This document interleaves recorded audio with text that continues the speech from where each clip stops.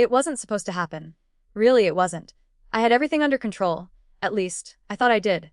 My life was simple, comfortable even. But sometimes, life doesn't ask for permission before it hits you with something unexpected. And for me, that something was Tom. I hadn't seen him in years. Not since we'd both moved on after high school, he to his college life, me to my career. But there he was, standing in front of me at Kate's party. Kate had been my best friend for years, and her annual Day of the City bash was always a hit. We'd talk, dance, laugh, and pretend we weren't getting older. The usual. But this year, things felt different. At first, I barely recognized him. He'd changed, but in the way a man does when he's finally grown into himself. Taller, broader, with that same confident smile that made girls like me weak in the knees all those years ago. Tom had been my first love, the one who got away. Well. Tom's voice cut through my thoughts. Lena Steele. I never thought I'd see you here. I blinked, trying to process. Tom. My voice came out breathless. The last time I'd seen him was at my high school graduation. But now, he looked so different. So much more. How's life been treating you? He asked, leaning against the wall, his eyes scanning me with an amused yet intrigued look. Good, actually? I replied, though I knew the words didn't match the truth. My marriage to John had become predictable, a series of routines that I'd started to resent. We loved each other, but it wasn't the same. Not anymore. Still married? He asked, his tone casual but probing. Yeah. I said quickly, though the words felt foreign. I mean, we've been together for almost 10 years now, so yeah, still married. Tom raised an eyebrow. That's a long time. You still love him. The question was a punch to the gut. Of course, I answered too quickly. But the truth was, I wasn't sure anymore. It wasn't that I didn't care about John. I did. But love, the way I used to feel, that was gone. It had been fading for a while now, and I wasn't sure what to do about it. That's good to hear, Tom said, his voice low. But you look like you could use a little excitement in your life. There it was. The invitation. I could see it in his eyes, the same spark I remembered from all those years ago. That playful, irresistible charm that made everything feel possible.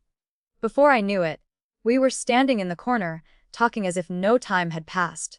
I laughed at his jokes, remembering how easy it had been to be around him. He made me feel alive in a way I hadn't felt in a long time. I wasn't looking for anything. At least, I told myself that.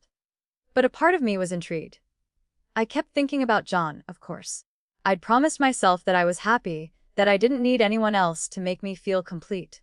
But here was Tom, all grown up and more alluring than ever. He wasn't asking for anything. He was just there, and somehow that was enough for me. By the end of the night, after too many drinks and too much flirtation, we found ourselves alone on the balcony. The city lights below us twinkled, and for a moment, I felt like we were the only two people in the world. You know? Tom said softly, stepping closer. I never stopped thinking about you. I froze. My heart was pounding in my chest, and my mind was racing. I knew what this was. I knew where this was headed. But I couldn't stop myself from leaning in, couldn't stop myself from wanting to kiss him. Just before our lips touched, I pulled away. I'm married, I whispered, my voice shaking. He didn't seem fazed. Does it matter? I wanted to say it did. I wanted to tell him that I loved John, that he was the one who had stood by me through thick and thin. But the words wouldn't come. In that moment, with Tom so close, it was hard to remember what I had with John. And just like that, the line between right and wrong blurred. I found myself saying the words I never thought I would. It doesn't matter. We kissed. It wasn't wild, but it was intense. It was like a spark had been lit, and suddenly, I was desperate to feel it again. But even as we pulled away, even as Tom whispered, "This doesn't have to mean anything," I felt the guilt creeping in. The next few days were a whirlwind. We kept texting, talking like nothing had happened. But it had. I couldn't stop thinking about that kiss, the way it made me feel. I told myself it was just a momentary lapse, just a mistake. But deep down, I knew it was more than that. Tom had awakened something in me that I thought had long been gone. As for John, he didn't notice anything. Or maybe he did, but he didn't want to ask questions. I was good at hiding things, good at pretending. We'd had our problems, sure, but I convinced myself it was nothing. A temporary lapse. After all, I still loved John, didn't I? The days that followed felt like a fog. I kept telling myself it was nothing. Just a kiss, just some misplaced nostalgia for a time when things were simpler. But every time my phone buzzed with a message from Tom, my heart skipped a beat. I didn't want to think about it, didn't want to acknowledge how much I looked forward to hearing from him. It wasn't a matter of love, at least, I tried to convince myself of that. But there was something else. A pull, a magnetism that I couldn't ignore.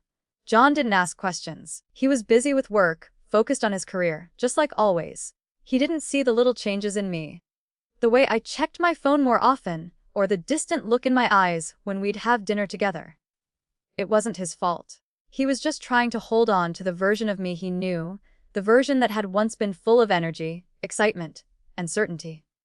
But that person wasn't here anymore. The first time I met Tom after the party, it was supposed to be casual, just drinks. That's what I told myself. But the second I stepped into that bar, and I saw him waiting by the window with that easy smile, I knew this wasn't just casual. We both knew it. "Hey." He greeted me, his voice a little lower than I remembered. His eyes glimmered with something mischievous, and I felt my stomach flip. "Hey," I replied, trying to act normal, but inside, everything was different. Every part of me was alert, aware of him in a way that I hadn't been in a long time. He stood up to greet me, and I swear I saw the same look on his face that I remembered from all those years ago. Like I was the only person in the room. I wanted to tell him I wasn't sure about this, that I had a husband at home waiting for me. But the words didn't come. They never did. We spent the night talking, and somehow it felt like no time had passed. I could feel myself slipping, little by little.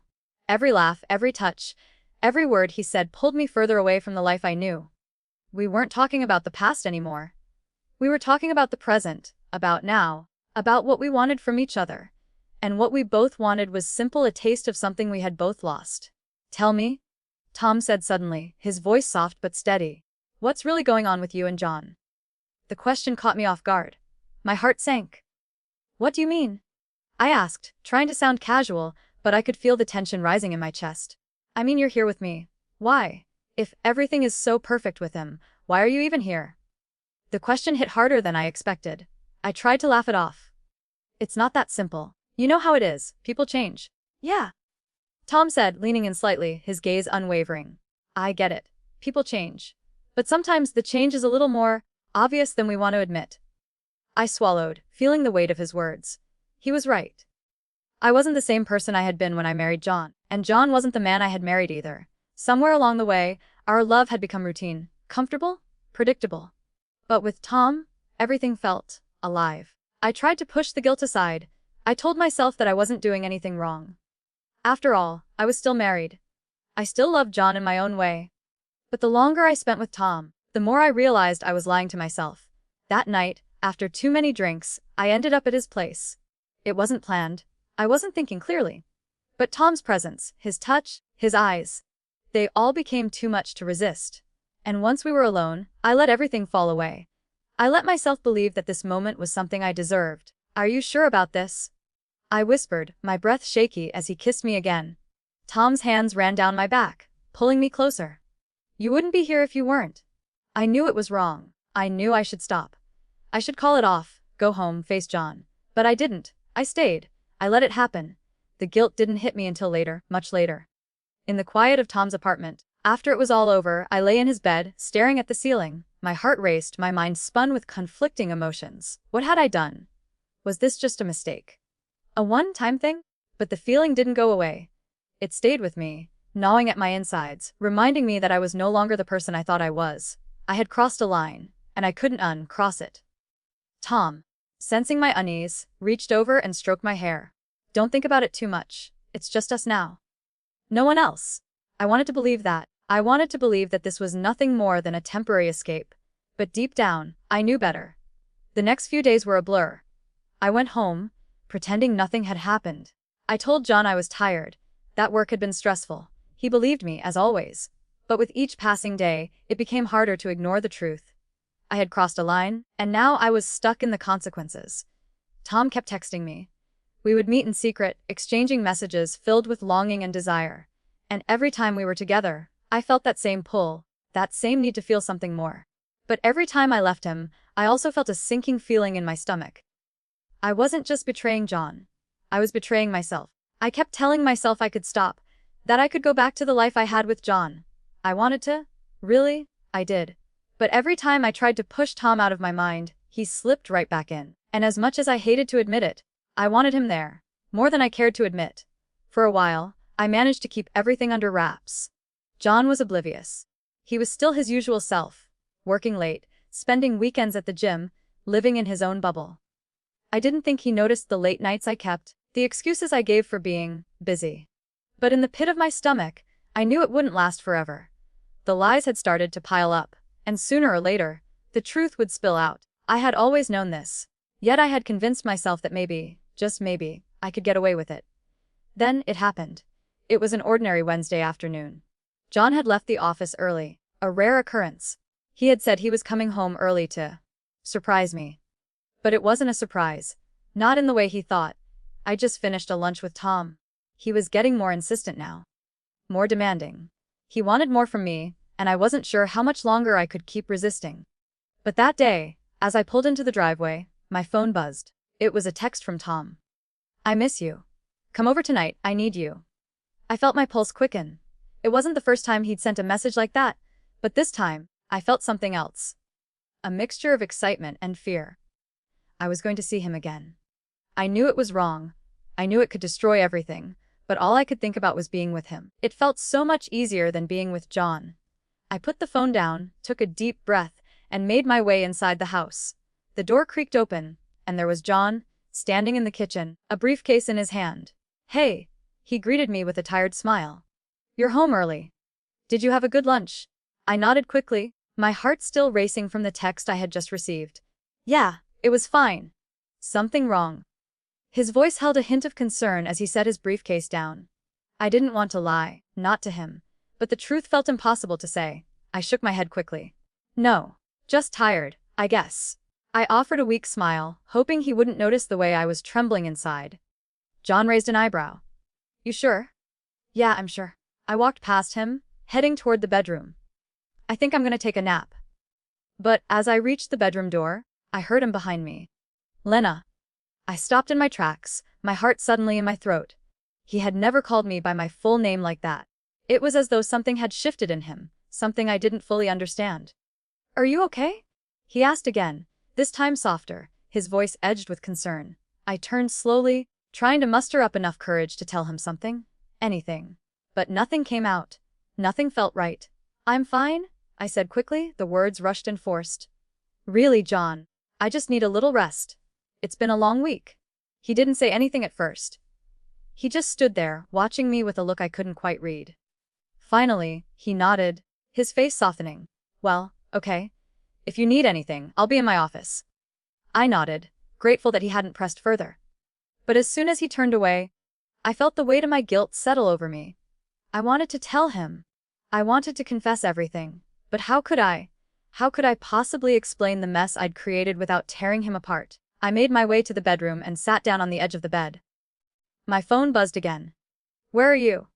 It was Tom, demanding an answer. I stared at the screen for a long moment, fingers hovering above the keys, wondering if I should tell him the truth. Tell him that I couldn't come over tonight, that I had to put an end to this. But then the familiar feeling washed over me.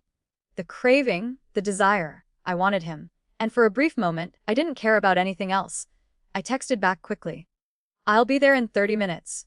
I got up and grabbed my things, my heart beating loudly in my chest. I knew this was a terrible idea, but it felt like the only thing I could do. When you've gone so far down a path, it's hard to turn back. You start to justify things, to convince yourself that this is what you need, what you deserve. I was almost out the door when I heard it. The sound of a car pulling into the driveway. My stomach dropped. It was John. He was home early. I froze. The door was still open, but I couldn't move. I could hear his footsteps getting closer. The panic set in. What was I supposed to do? I couldn't let him see me like this, not after everything I had already lied about. Then, the worst possible thing happened. The front door opened. John stepped inside, his eyes immediately locking onto me. His gaze flickered between me and the bag I was holding. He didn't say anything at first, just stood there, his face blank. But I could see the realization in his eyes, the way his body stiffened. "Lena?" His voice was strained. "What is all this?" I could feel my breath catch in my throat. "John, who are you lying to?" His voice was quiet, but the hurt in it was impossible to miss. The air felt thick with tension. I couldn't find the words to explain myself. The weight of everything I'd been hiding pressed down on me all at once. The truth was right there between us, and I couldn't run from it any longer. "John, I'm so sorry," I whispered, the words barely escaping my lips. He didn't respond right away. Instead, he turned on his heel and walked toward the door. I could feel my world shattering with every step he took. "John," I called out, but he didn't look back. He was gone. The house felt emptier than ever.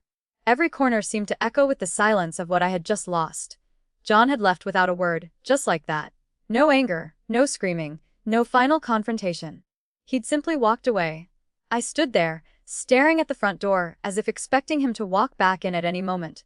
But he never did. The weight of everything I'd done, everything I'd destroyed, crashed down on me all at once. I didn't move for what felt like hours. I couldn't. I was frozen in place, gripped by the realization of what I had allowed myself to become. A cheater. A liar. A woman who had broken something beautiful for a fleeting moment of excitement. For what? For Tom. For a temporary escape from a marriage I had been too afraid to face. My phone buzzed again, but this time, I didn't want to look. I knew who it was. Tom. He had been texting me nonstop, as if nothing had happened. I could almost hear his voice in my head, assuring me that everything was fine, that this was just a momentary lapse, that we were in this together. But we weren't. He had his own life, his own agenda, and I was just a distraction to him, nothing more. I had allowed myself to believe otherwise. I glanced at my phone, but I couldn't bring myself to open the message. Instead, I threw it down on the couch, the harsh impact of it making me flinch. My thoughts were racing. I wanted to call John, to apologize, to beg him to come back. But what could I say? How could I undo what I had done? There were no magic words that could make this right. The hours dragged on, and I still hadn't heard from John. I sat in the dark, too afraid to turn on the lights, too afraid to face the truth. It was easier to live in this shadow, to pretend like maybe it wasn't real. But I knew it was. I knew that my marriage was over. At some point, I must have fallen asleep. When I woke up, it was dark outside. My phone had several missed calls from Tom. A text from him blinked at me. "Where are you? What's going on?" But I couldn't reply. I didn't want to. There was nothing more to say. Nothing that would make any of this better. I knew I had to deal with the fallout. There was no escaping it. But in that moment, all I wanted to do was disappear. I had hurt the one person who had always been there for me. John deserved better than me. Better than the woman who had betrayed him, who had let herself be swept away by a memory of a past love. What was I thinking? What had I hoped to find? I couldn't bear the thought of going back to the place where we had built our life together, the place that was now tainted by my mistakes. I couldn't bear the thought of facing John again, of seeing the look in his eyes. The look that said he would never forgive me. And I understood why. How could he? The next day, I went to work, but it was pointless. I couldn't focus on anything. I kept thinking about John, wondering where he was, if he was okay. I wanted to call him, to beg him to come home, but I couldn't. I had no right to ask for his forgiveness. Then, the phone rang. It was John. My heart stopped. I answered with shaking hands, trying to sound calm, but my voice betrayed me. "John." He was silent for a moment, and I could hear the faint rustling of papers in the background. It was strange. He was always so composed, but today, he sounded distant, almost like he was talking to someone else. "Lena," he finally said, his voice flat. "I don't know what to say. I don't know how to even start." I closed my eyes, tears stinging at the corners. "John, I'm so sorry. I was stupid. I don't know why I did it. I didn't mean to hurt you, please." "No, Lena," he interrupted. "You didn't just hurt me. You betrayed me, and I don't know if I can ever get past that." His words hit me like a physical blow. It was the truth I had been avoiding. I had betrayed him. I had broken the trust that had taken years to build, and now, it was shattered. There was no coming back from that. "I don't expect you to forgive me," I said, my voice breaking. "I don't deserve it." There was a long pause. Then he sighed, a sound full of exhaustion. "I can't do this anymore. I can't live with someone who doesn't trust me. I can't live with someone who doesn't love me the way I thought you did." The words were a knife in my chest. It was over. There was no going back. "I'm not asking you to forgive me," I whispered. "I just need you to know that I'm sorry. I'm so sorry." "I know," he said, his voice distant. "But sorry isn't enough, Lena. It doesn't change what happened. I need time. I need space. I don't know if we can come back from this." And with that, he hung up. I stared at the phone, the silence in the room deafening. This was the moment I had feared. The moment where everything fell apart. I had lost him. I had lost us. I spent the next few days in a daze. Tom kept texting, kept pushing for more, but I didn't care anymore. I realized what I had done, what I had become. I wasn't just betraying John, I was betraying myself. I had let myself get lost in a fantasy, in a moment of weakness, and now I had nothing left. No one to turn to. No one to help me pick up the pieces of my broken life. John never came back. I tried to contact him a few times after that, but he never responded. He had made his decision, and so had I. I couldn't change what I had done, and I couldn't force him to forgive me. All I could do now was live with the consequences of my choices. In the end, I learned that some mistakes are too big to fix. Some things are broken beyond repair, and all the apologies in the world won't change what's already been lost.